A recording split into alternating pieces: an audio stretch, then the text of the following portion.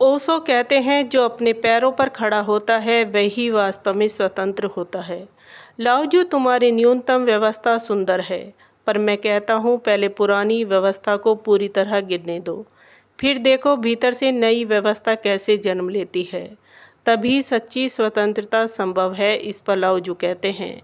ओशो तुम्हारे शब्द बिजली जैसे हैं, वे झकझोरते हैं, चेतना को हिला देते हैं। और हाँ, कभी कभी झकझोरना आवश्यक होता है, परंतु मैं यह भी देखता हूँ कि मनुष्य की यात्रा केवल बिजली से पूरी नहीं होती। उसे वर्षा भी चाहिए, उसे धूप भी चाहिए, उसे ठंडी हवा भी चाहिए। तुम कहते हो व्यवस्था गिरा दो, और मैं समझाता हूँ कई बार ढाना भी ज़रूरी होता है।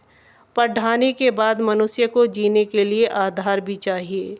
जैसे तूफान के बाद धरती को स्थिरता चाहिए, वैसे ही विद्रोह के बाद जीवन को संतुलन चाहिए। ताओ हमें सिखाता है अत्यधिक कुछ भी अच्छा नहीं है, ना अधिक शासन, ना पूर्ण अराजकता, ना केवल बिजली, ना केवल वर्षा।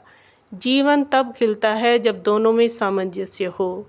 यदि केवल विद्रोह होगा तो मनुष्य जल सकता है, यदि केवल व्यवस्था होगी तो मनुष्य दब सकता है।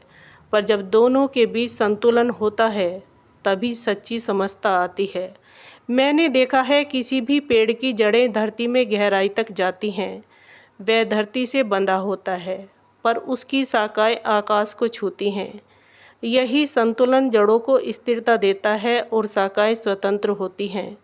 ओशो तुम्हारा विद्रोह शाखाओं जैसा है, आकाश की ओर संतुलन, खुलापन, उड़ान। मेरा दृष्टिकोण जड़ों जैसा है, धरती की ओर स्थिरता, पोषण, दोनों आवश्यक हैं।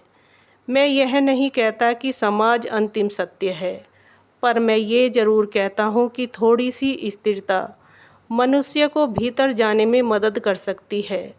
और जब भीतर की यात्रा पूरी हो जाती है तब बाहरी ढांचे सभ्य टूट जाते हैं।